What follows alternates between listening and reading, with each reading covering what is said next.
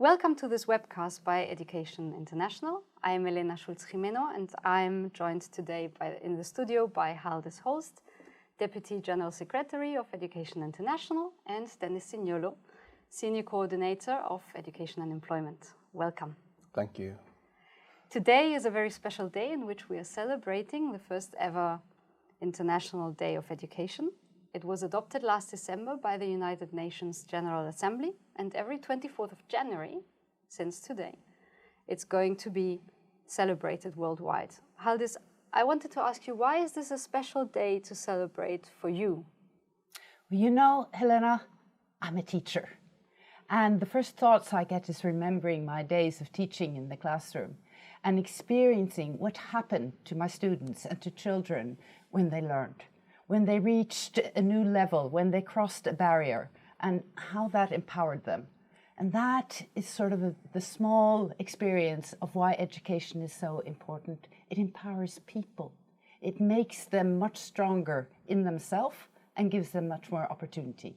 So I feel that it's so good that the world acknowledges this through a day like that. So for Education International, representing more or less all the teachers in the world, you can put together all those experiences and you really get excited because this is about bringing the world forward.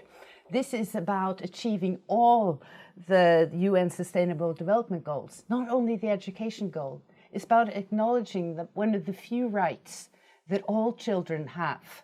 It's not just a right that you potentially have, it's a right you actually have, and that you have the right to enjoy.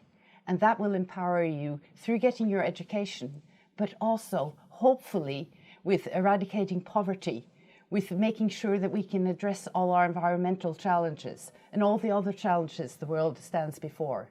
It's tomorrow's leaders. We're giving them all an opportunity. That's why it's important. Fantastic. Thank you very much. Now, you mentioned the Sustainable Development Goals, and Dennis, I wanted to ask you, because we are less than 12 years away from the deadline that the world has set itself to actually guarantee that every child has an access to inclusive and quality education. This is very ambitious. This goal is very ambitious. What do teachers say about this, and how far are we from achieving this goal, actually?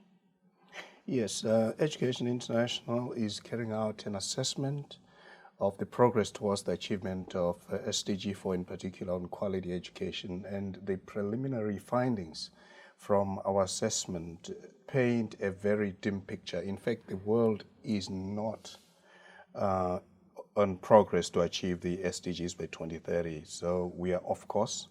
So there is definitely need for governments to do more to speed up the process to achieve those goals. There are several challenges that we have seen. The first one, obviously, is related to the shortage of teachers. It's a serious problem. Globally, UNESCO data shows that we need 69 million more teachers to achieve the SDGs by 2030. So it's a big challenge, and it would require a big leap in terms of investing in teachers by governments. And then related to that is the issue of class size. In many countries, teachers teach very huge classes. I have been to several countries in Africa, in Asia Pacific and other parts of the world where I have seen a teacher teach 80 students in one class or even more. In one case, a teacher, an early childhood educator, was telling us in a conference that actually she has 300 children in her class. You can see how enormous the challenge is. The teachers cannot attend to the individual needs of children. And then the other challenge is related to infrastructure. We still have areas where there are not enough classrooms, there are not enough facilities, let us say, for sports, cultural activities, etc., etc. There is not enough equipment for children with disabilities. I'm talking about assistive devices, whether we're talking about braille or whether we're talking about wheelchairs or even accessibility to buildings actually remains a big challenge. We still have many instances where children don't have enough textbooks. So it's a great, great challenge which impacts negatively on the provision of quality education. And if you look at all these factors, they boil down to one thing. which is education financing. Governments are not putting enough money into education. That's what is creating these challenges. So the challenges are enormous. All I can say in short is that on current trends, the world is off track and the SDGs will not be achieved. So there is need to change the speed and to inject speed and move very fast towards the 2030 deadline. Well, those are interesting facts, and as you said, it is a dim picture that we learned from them. Haldis, given this scenario, I know that Education International has been involved. It led a big campaign to actually have education included in the SDGs. It has always led campaigns and been at the forefront of the fight for quality public education and to include it as a right.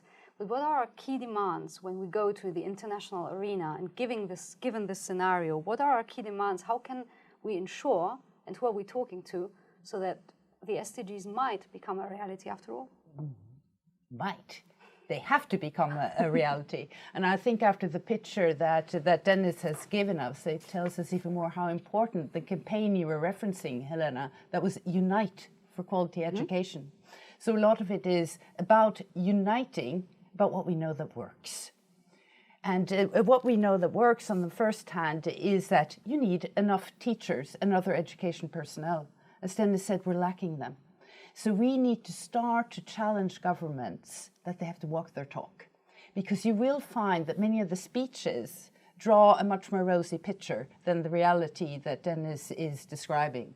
So we need to make them responsibility for their speeches. And we need to tell them that we're here, you better discuss this with the teachers and other education personnel through their unions to discuss how can we achieve this.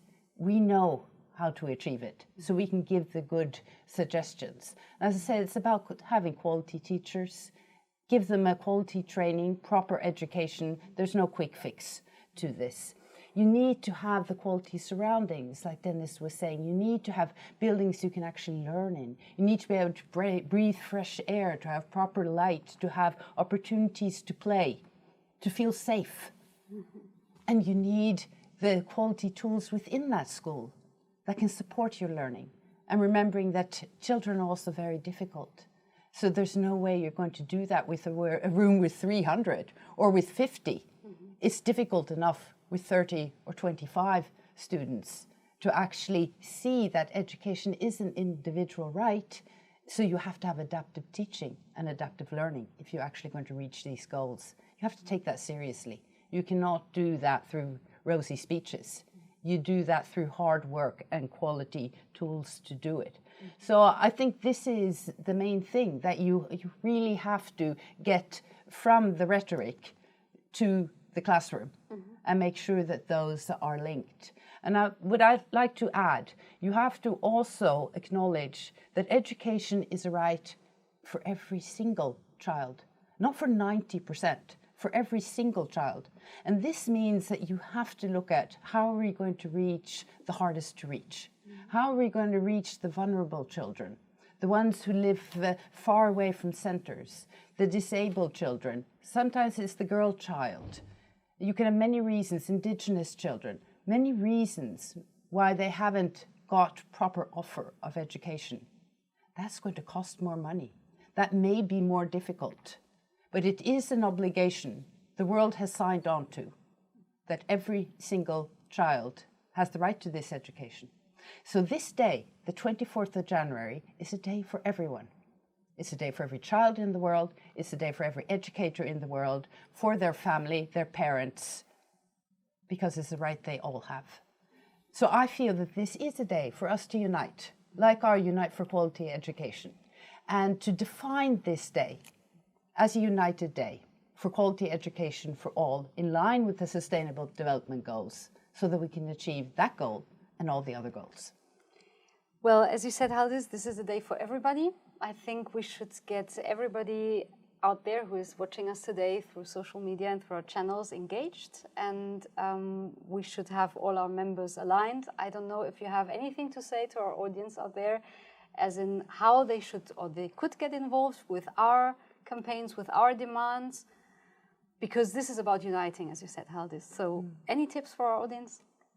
Yes, absolutely. We urge teachers, education support professionals, and all those people who care about education out there, including our civil society partners, students, young people in general, parents, and many others, to send a clear message to their governments demanding the fulfillment of the right to quality education for every child, for every young person, for every adult.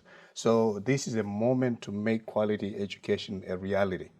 It should also be stressed that the United Nations itself, whether we're talking about UNESCO or any other UN agency, should take the lead in ensuring that governments fulfill that responsibility. And we are also demanding, calling upon donors around the world, all the development partners, to fulfill their obligations and their commitments to support those countries that are still lagging behind. I would end by saying, as I said before, education financing is fundamental. Unless governments show clear political will and commitment by investing adequately in education and teachers, nothing will happen.